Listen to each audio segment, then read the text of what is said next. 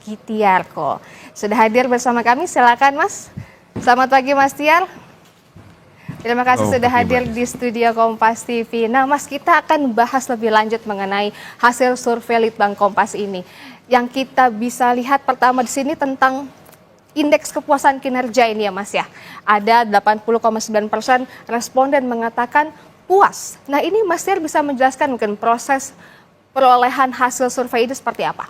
Ya, memang ketika kita bicara indeks kepuasan kinerja, itu memang ini kan sebuah angka dari sejumlah indikator yang diukur dalam survei ini, begitu.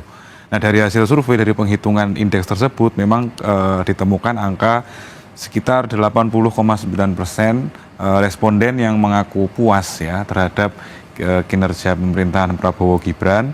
Lalu sementara 19,1% itu tidak puas. Nah, indikator itu lah yang membangun dan membentuk angka 80,9% ini gitu.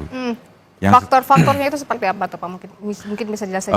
Iya, kalau kita bicara sekilas dulu ya, karena tadi kan juga sebenarnya kita dalam survei ini juga ditanyakan alasan-alasannya begitu ya. Tapi kita juga perlu melihat juga sejumlah konteks yang membangun angka ini di 100 hari pertama pemerintahan Prabowo Gibran ini gitu ya. Yang pertama adalah ini kita bisa baca sebagai harapan besar ya, harapan besar publik. Sekaligus juga ada rasa mungkin euforia karena setelah 10 tahun sebelumnya 2 periode dipimpin oleh satu pemerintahan, masyarakat saat ini mendapat presiden dan wakil presiden yang baru begitu ya. Ada semacam harapan besar terhadap pemerintahan ini begitu. Lalu kita juga perlu ingat bahwa bagaimana transisi pemerintahan ya atau transisi politik yang terjadi setelah pemilu itu juga berjalan relatif lancar dalam tanda kutip ya. Bahkan kita juga tahu bahwa dalam proses ini ada narasi keberlanjutan yang dibawa oleh pemerintahan yang sekarang. Gitu. Nah, ketika pemerintahan sebelumnya itu juga mendapat angka kepuasan yang relatif positif, ini seakan-akan masyarakat merasa bahwa ini akan dilanjutkan dalam pemerintahan yang sekarang. Maka kesan yang ditampilkan oleh publik selama 100 hari pertama adalah kesan yang positif begitu. Nah kalau itu tadi yang kepuasan ya Mas, kalau untuk yang keyakinan ini angkanya juga mencapai 89,4%. Ini faktor penguatnya seperti apa nih Mas? Ya ini sebenarnya kembali lagi mengkonfirmasi bahwa keberlanjutan itu akan diteruskan dalam pemerintahan ini ke depan gitu ya. Artinya keyakinan ini sebenarnya kita baca sebagai kembali lagi adalah harapan besar dari masyarakat untuk nantinya pemerintahan ini bisa menjalankan program-programnya, menjalankan kebijakan-kebijakan yang sesuai dengan keinginan rakyat gitu. Artinya ini adalah sebuah modal sosial yang penting ya untuk pemerintahan baru ini sebenarnya gitu.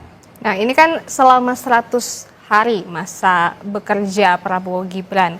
Nanti setelah dari 100 hari ini apakah ada yang dinantikan oleh para responden untuk nanti mungkin apakah menguatkan survei berikutnya atau bagaimana nih Mas? Ya karena 100 hari mungkin bisa dibilang masyarakat itu masih jatuh pada persepsi-persepsi awal gitu ya terhadap pemerintahan ini. Nah artinya harapan yang besar ini itu adalah sekaligus tantangan juga gitu ya.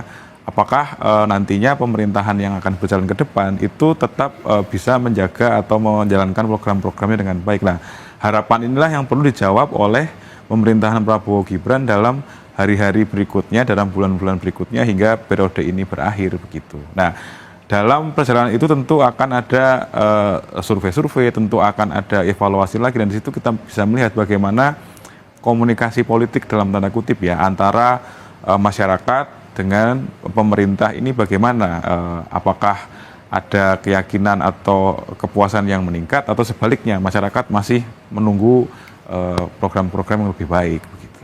Tapi kalau dari sisi kepemimpinan yang merakyat nih Mas, apa sih yang dipandang oleh responden sehingga faktor ini mendapat kepuasan sebesar 80,9%? Baik. Sebenarnya kita bisa baca tidak hanya di survei ini ya, kita kan melakukan survei yang cukup panjang dan tiap kali kita melakukan survei ketika masyarakat itu ditanya seperti apa sih pemimpin yang ideal, itu muncul dua jawaban yang kuat. Yang pertama dia adalah pemimpin yang merakyat, yang kedua adalah pemimpin yang tegas dan berwibawa begitu ya. Nah ketika kita bicara sosok pemimpin yang merakyat, itu tentu tidak hanya soal gestur-gestur politik, tapi juga tentu kebijakan-kebijakan yang diambil. Kebijakan-kebijakan yang diambil dekat dengan isu rakyat keseharian, terutama rakyat masyarakat kelas menengah bawah, itu membuat seorang pemimpin dipandang sebagai pemimpin yang merakyat, gitu ya. Okay. Apalagi kalau memang pemerintahan ini dipandang sebagai keberlanjutan dari pemerintahan sebelumnya kan. Karena di periode sebelumnya kan pemerintahan Jokowi itu juga dipandang sebagai sosok pemimpin yang merakyat, gitu. Nah, yang kedua kita bisa lihat bahwa memang Presiden Prabowo dengan latar belakang militernya, dengan gestur-gestur politik atau juga pidato-pidatonya, masyarakat bisa melihat atau mengasosiasikan sosok Presiden Prabowo ini sebagai pemimpin yang tegas, pemimpin yang berwibawa. Nah, dua bangunan inilah yang akhirnya membuat angka ini bisa relatif tinggi ya. Dan itu menjadi alasan yang kedua ini terbesar ya Mas, 18,1%. Nah, tapi kalau kita melihat untuk alasan yang terbanyak di tiga ini Mas, sering mendapatkan bansos. Ini kan program-program yang tentu saja disajikan oleh Prabowo Gibran gitu kan ya. Ini bisa dijelaskan, ini juga tinggi loh, 14,4% Mas. Ya, kita harus juga ingat bahwa struktur masyarakat di Indonesia itu kan relatif lebih banyak masih di kelas menengah dan terutama menengah bawah gitu ya. Nah, bansos ini sebenarnya kan bukan program yang sebenarnya baru ya. Ini kan memang sudah berjalan sebelumnya dan nyatanya dalam sejak November misalnya ketika pemerintahan ini berjalan hingga hari-hari ini kita melihat memang ini masih digelontorkan begitu. Nah, kebijakan yang tadi kembali lagi ya, pemimpin yang dianggap merakyat adalah pemimpin yang juga bisa memberikan kebijakan yang langsung dirasakan. Nah, bansos itu kan memang menyasar masyarakat bawah begitu ya. Dan tren kita sebut misalnya secara hati-hati tren kebijakan yang populis ya, kebijakan yang mengutamakan rakyat gitu. Itu kan memang sudah berjalan dan ini tampaknya memang akan dilanjutkan di pemerintahan yang ini gitu. Dan karena ini keseharian dapat dirasakan masyarakat, maka masyarakat melihat ya ini memang jadi alasan kenapa mereka memberikan apresiasi. Gitu. Bukan karena program bansosnya semakin banyak gitu Mas? Bisa jadi seperti itu juga gitu ya, bahwa semakin banyak masyarakat yang terdampak, semakin masyarakat yang menerima. Walaupun kalau kita lihat di sisi yang sebaliknya sebenarnya masih ada catatan kan tadi soal bansos, karena di titik ini juga masyarakat sebenarnya juga merasa ada yang belum pas begitu. Nah, kalau untuk kita, tadi kan kita bahas alasan yang puas ya Mas ya, tapi kalau alasan-alasan yang tidak puas nih Mas Tiar, bansos sepertinya menjadi pedang bermata dua, ya kan? Dalam alasan puas, bansos menjadi faktor kepuasan, tapi ternyata juga menjadi alasan ketidakpuasan nih. Nomor 1 sebesar 29,2%. Ini bisa dijelaskan Mas, dari temuan ini apa yang bisa kita maknai dari sini? Ya, ini sebenarnya juga masih mengonfirmasi bagaimana isu yang cukup selalu muncul ya kalau kita bicara bantuan, kalau kita bicara bansos, isu tentang ketidakmerataan, isu tentang sasaran yang kurang pas itu kan masih menyertai begitu ya. Nah, ini kan alasan dari tadi ya, ada sekitar 19-20% masyarakat tidak puas dan alasan yang tertinggi adalah masih soal ini. Artinya memang perlu evaluasi apakah kalau ketika bansos ini dijalankan dan memang ini ditujukan untuk rakyat kecil, itu memang pendataannya lalu juga penyalurannya itu dilakukan secara tepat gitu ya, supaya masyarakat tidak melihat ini sebagai tadi pedang bermata dua. Di satu sisi memang ini diapresiasi, tapi di satu sisi masih ada problem di soal mekanisme penyalurannya seperti itu. Nah, kalau misalnya bansosnya banyak gitu kan ya, tersalurkan juga, tapi kan ini juga yang nomor 2 ini Mas, alasan tidak puas yang terbanyak nomor 2 ini ekonomi belum stabil, sulit mendapatkan pekerjaan, lapangan kerja minim. Apakah responden ini menganggap bahwa bansos itu bukan sebagai jalan keluar gitu? Ya, kalau kita baca dari selanjutnya Mbak ya, soal ekonomi yang sulit, pekerjaan gitu ya, juga soal harga kebutuhan atau harga kebutuhan pokok yang mahal gitu ya, kita bisa melihat ini sebenarnya mengkonfirmasi bahwa memang